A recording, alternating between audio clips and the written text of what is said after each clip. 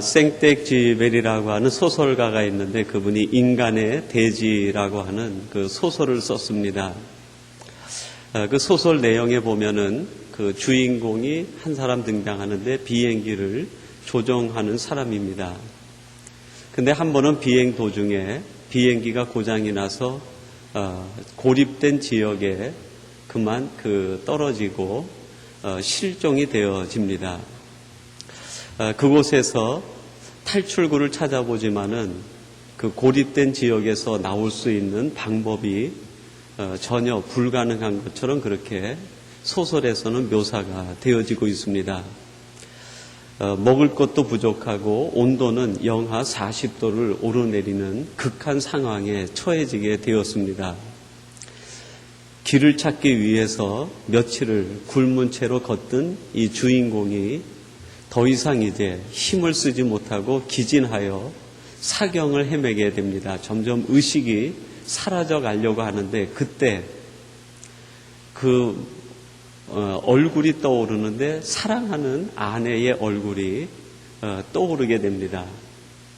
그러면서 뭔가 이 주인공에게 얘기를 하듯 뭐라고 얘기를 하는 것 같은데 그 이야기는 들리지 않고 그 부인의 얼굴이 떠올라서 자기를 기다리고 지켜보고 있는 것 같은 느낌을 이 주인공이 받는 거예요. 그리고 또 의식이 가물가물해집니다. 그러면서 이번에는 사랑하는 자녀들, 아이들의 얼굴이 떠올라서 뭔가 얘기를 하듯 그렇게 조물조물대다가 그 아이들의 모습이 또 사라지는 거예요.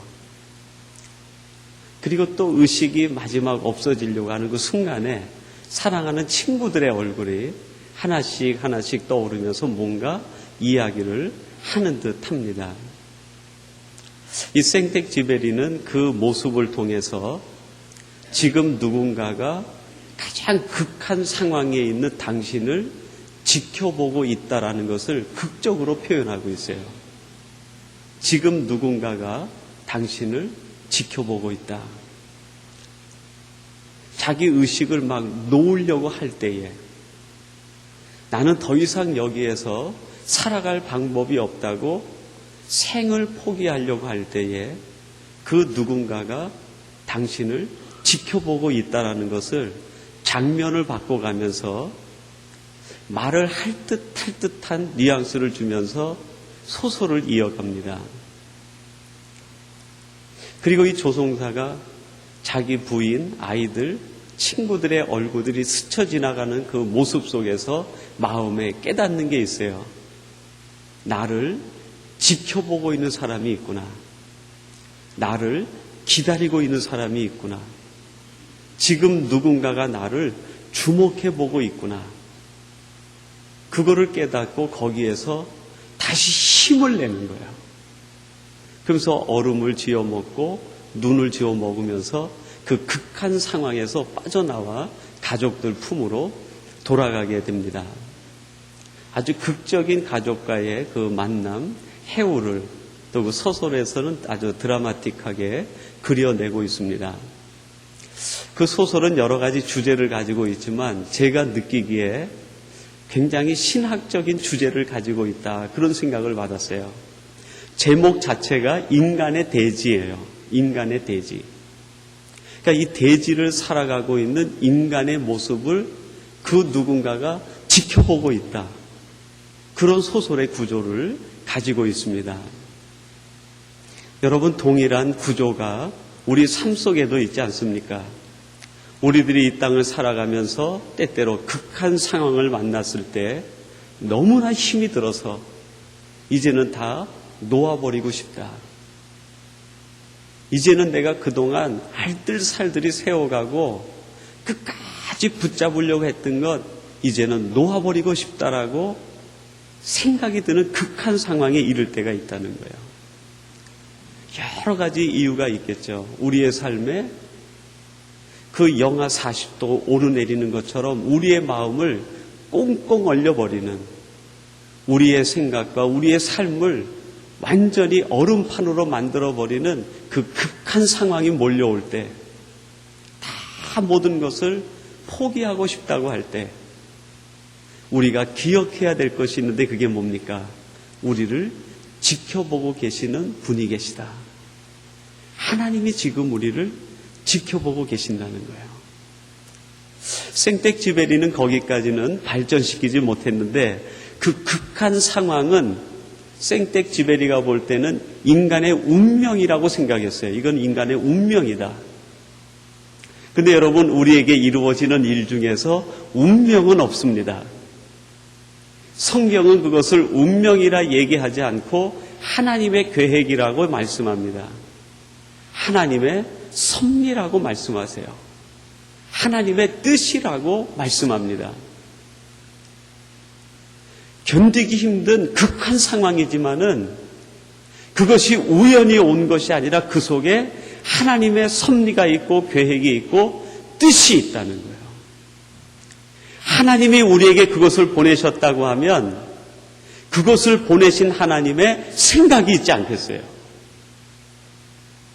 그 속에서 우리들이 어떻게 대처하는지, 우리들이 어떻게 행동하는지 하나님이 지금 그것을 지켜보고 계신다는 거예요. 여러분, 오늘 성경 말씀 본문은 한 절로 되어 있습니다. 26절인데 그 앞에 보면은 한 가지 사건이 나옵니다. 예수님과 제자들이 최후에 만찬을 하시는 사건이 나오고, 그 다음에 오늘 본문 뒤쪽으로 하면은 예수님과 베드로 제자들이 예수님과 함께 겟세마네 감난산으로 가면서 하는 대화 얘기가 이야기로 진행이 되어지고 있어요. 근데 오늘 본문은 이야기도 아니고 뭔가 사건을 보여주는 것도 아니고 나레이션으로 되어 있어요. 앞에 사건이 있고 뒤에 사건이 있는데 그 두 개의 사건을 연결하고자 하는 하나의 이야기를 연결하는 문장으로 되어 있습니다. 마치 아나운서가 나레이션 하는 형태의 구조로 되어 있어요. 이에 저희가 찬미하며 감난산으로 가니라. 그리고 사건이 이어지는 거예요. 그러니까 지금 26절은 그 누군가가 제자들의 모습을 지켜보면서 그들이 지금 이 상황에서 이 여건 속에서 이렇게 하고 있다라는 것을 얘기하는 것으로 끝이에요. 그러니까 26절의 핵심이 뭡니까? 지금 누군가가 제자들의 모습을 지켜보고 그 모습을 기록해 놓고 있다는 거예요. 그 누군가가 누굽니까? 하나님이시죠. 하나님이 제자들을 지켜보시고 그때 어떻게 했는지 그것을 기록해서 성경에 남긴 게 26절 한 절 말씀입니다. 26절은 한 가지 분명한 메시지를 갖고 있는데 그게 뭡니까? 하나님은 지켜보고 계신다. 하나님은 지금 지켜보고 계신다. 누구를요? 저희들을.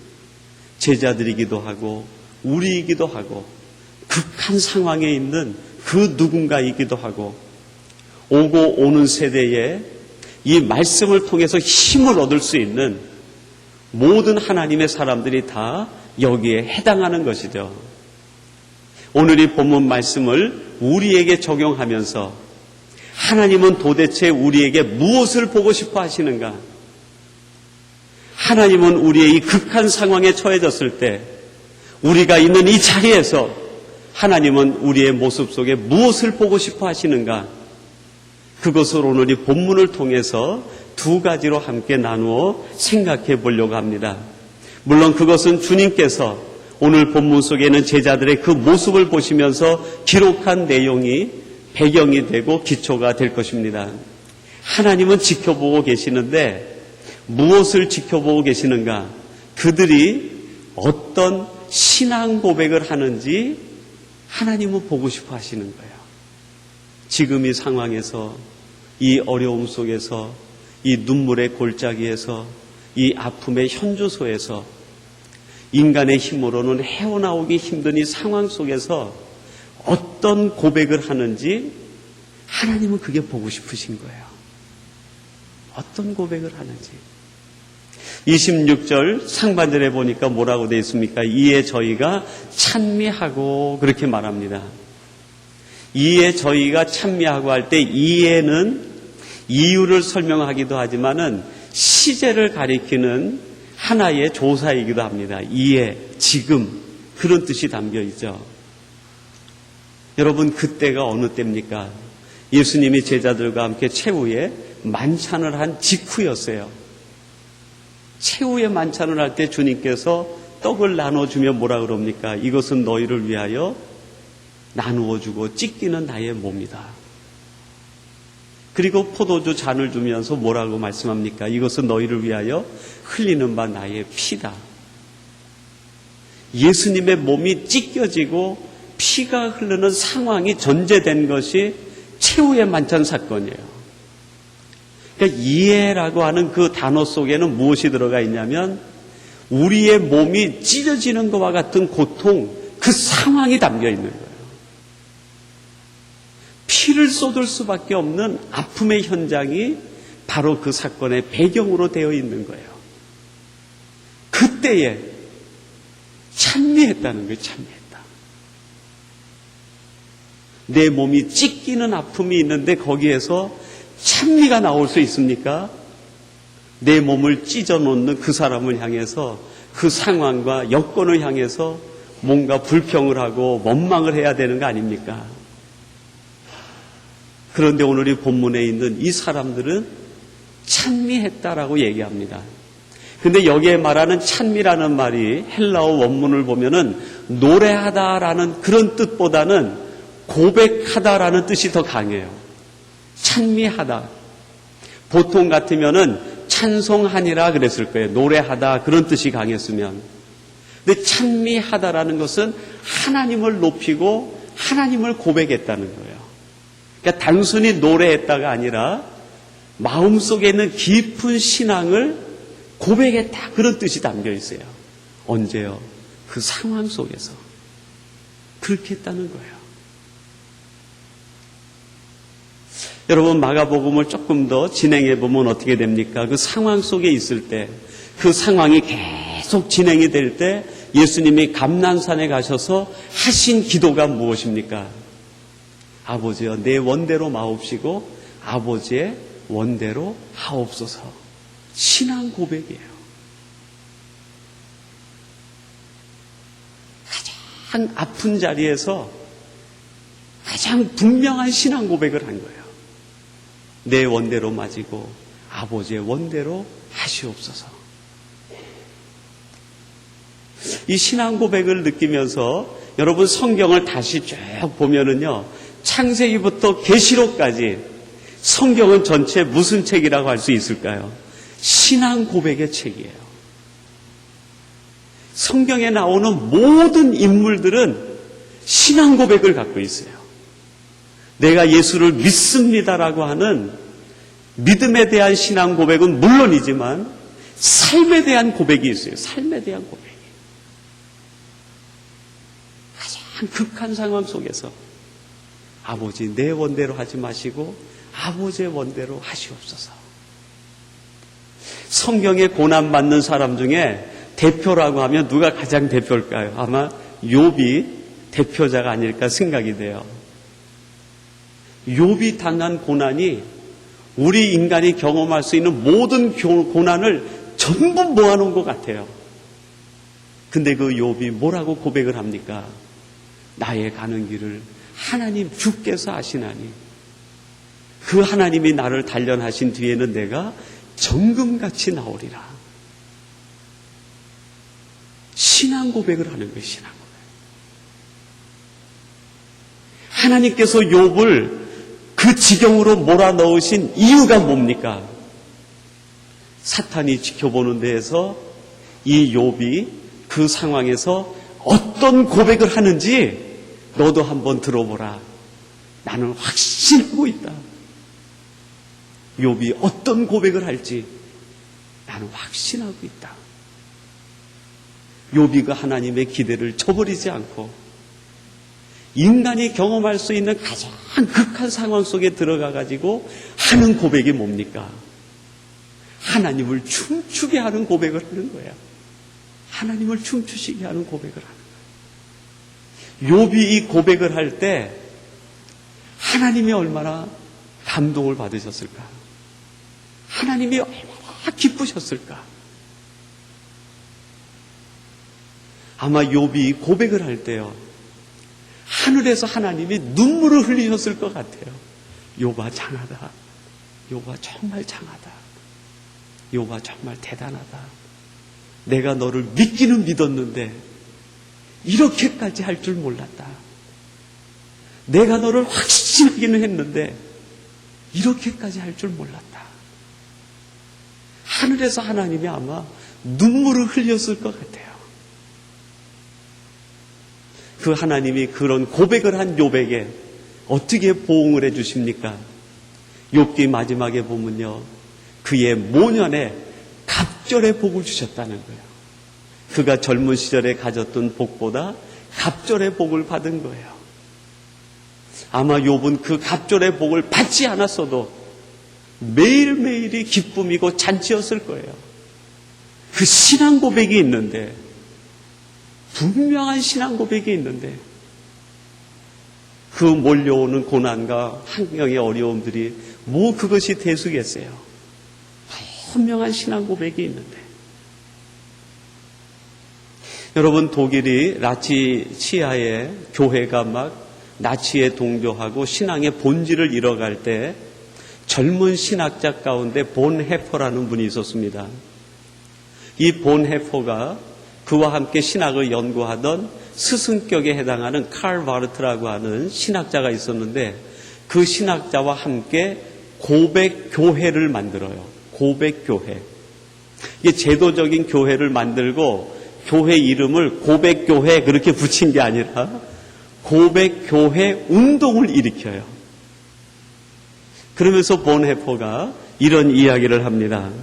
그리스도인들은 지금 자신이 있는 그 자리에서 자신의 언어로 신앙을 고백해야 된다. 그리스도인들은 지금 자신이 있는 그 자리에서 자신의 언어로 자기의 신앙을 고백해야 된다는 거예요. 그 고백하는 데 기초해서 교회가 세워진다는 거예요. 독일에 있는 많은 제도적 교회가 이 고백을 잃어버렸을 때 보네포가 생각하기에는 그거는 하나의 사람들의 모임의 집단이지 진정한 교회는 아니라는 거예요. 여러분, 주님께서 베드로가 신앙 고백을 했을 때 뭐라고 말씀합니까? 베드로야, 이것을 알게 하신 이는 내가 아니라 하늘에 계신 아버지시니라. 이제 내가 너의 이름을 반석이라 짓고 내 위에 나의 교회를 세우리라. 그 반석이라고 할 때 그게 신앙 고백이에요. 주는 그리스도시요 살아계신 하나님의 아들이십니다. 이 신앙 고백 위에 하나님의 교회를 세우겠다는 거예요. 고백이 없으면은 성도도 성도가 아니라는 거예요. 고백이 없으면 교회도 제도지 교회의 본질은 잃어버린 형식적인 교회가 되고 만다는 거예요. 그러면서 이 보네포와 칼바르트가 독일에서 그 나치 치하에서 고백교회 운동을 일으키는 거예요. 나치에 대해서 정면으로 도전장을 내민 거죠. 신앙 고백이 분명하니까 무엇이 잘못된 건지 그것이 보이는 거예요. 독일 전체가 그 모든 교회가 나가더라도 거기에다 대고 잘못됐다고 얘기할 수 있고 그거를 바른 길로 인도해 나갈 수 있는 거예요. 여러분, 독일이 그 엄청난 교회와 정치가 손을 잡고 유태인을 죽이고 교회의 본질을 잃어갈 때 그 상황을 하나님이 지켜보신 거예요. 독일을 지켜보신 거예요. 독일 전체가 죽은 건지 아니면 그 중에 살아있는 한 사람이라도 있는지 하나님이 지켜보시는 거예요. 그때 그 독일 전체 중에서 보네포와 몇 명의 믿음의 사람들이 많은 신앙 고백을 할 때 바로 하나님께서는 그 자리에서 독일을 생명을 연장해 주신 것이 아니겠는가. 만약에 그것이 없었다고 하면 독일은 역사의 무대에서도 사라질 수 있는 거 아니겠어요? 그 신앙 고백이 있기 때문에 하나님이 그래도 독일을 붙들어 주시고 지금까지 독일의 역할을 하게 하시는 것이 아니겠습니까? 2차 대전 이후에 독일의 신학이 부흥을 하는데 그 독일의 신학이 전 세계 신학을 이끌어가요. 어떻게 그 나치 치하에 있었던 교회의 신학이 전 세계 신학을 이끌어가는가? 여러분, 나치 치하에 있었던 제도적 교회가 이끌어간 것이 아니라 본헤퍼와 칼바르트 두 사람이 전 세계 신학을 이끌어가는 거예요. 그게 19세기, 20세기 신학의 흐름이에요. 신앙 고백이 이끌어가는 거예요. 신앙 고백이 있으면은 환경이 어려워도 넘어지지 않아요. 신앙 고백이 분명하면 상황이 나빠도 그것 때문에 무너지지 않아요. 그러나 여러분 반대로 모든 것을 갖추고 있어도 신앙 고백이 분명하지 않고 신앙 고백이 흔들리고 신앙 고백이 약하면 삶이 풍랑을 만나게 돼요. 인생에 풍파가 오게 돼요.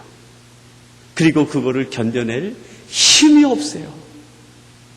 그 풍파를 이겨낼 능력이 없어요.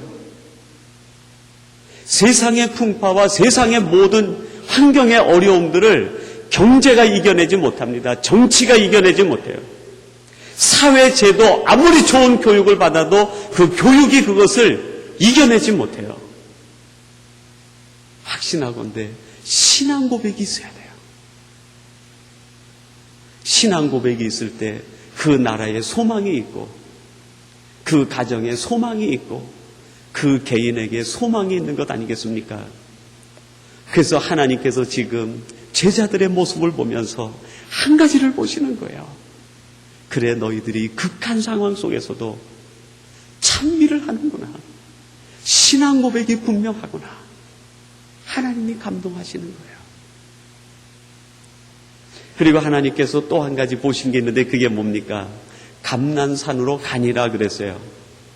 감난산에 가다 그래도 되는데 감난산으로 나가니라 그랬어요.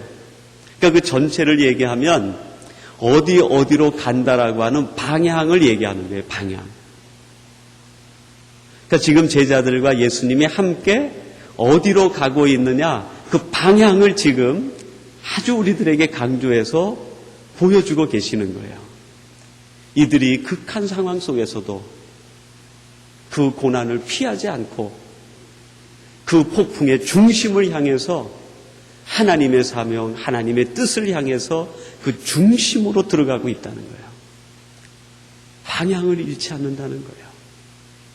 주님과 함께 손을 잡고 있으면 인생의 방향을 잃어버리지 않아요. 저희 아이, 그 작은 아이가 한 4살 무렵 됐을 때요. 제가 대구에 내려갔는데요. 대구에 내려가니까 저희 집 가까운데 그 이마트라고 대형 매장이 새로 하나가 이제 오픈을 했어요. 그래가지고 이제 휴일에 뭐 물건도 살 것이 있고 그래가지고 아이를 데리고요. 거기를 갔는데 층별로 이제 매장이 진열이 돼 있더라고요. 근데 이 아이는 유치원에서 들었는지 몇 층에 가면 장난감 코너가 있다는 걸 알고 들어가자마자 엘리베이터 층을 딱 거기를 누르더라고요. 저희 집사람은 지하 식품부, 저는 그냥 가자는 대로 이제 쫓아다니면서 그러는데 지하 식품부에 이제 집사람을 내려보내고 저하고 아이하고는 이제 장난감 파는 데를 갔어요.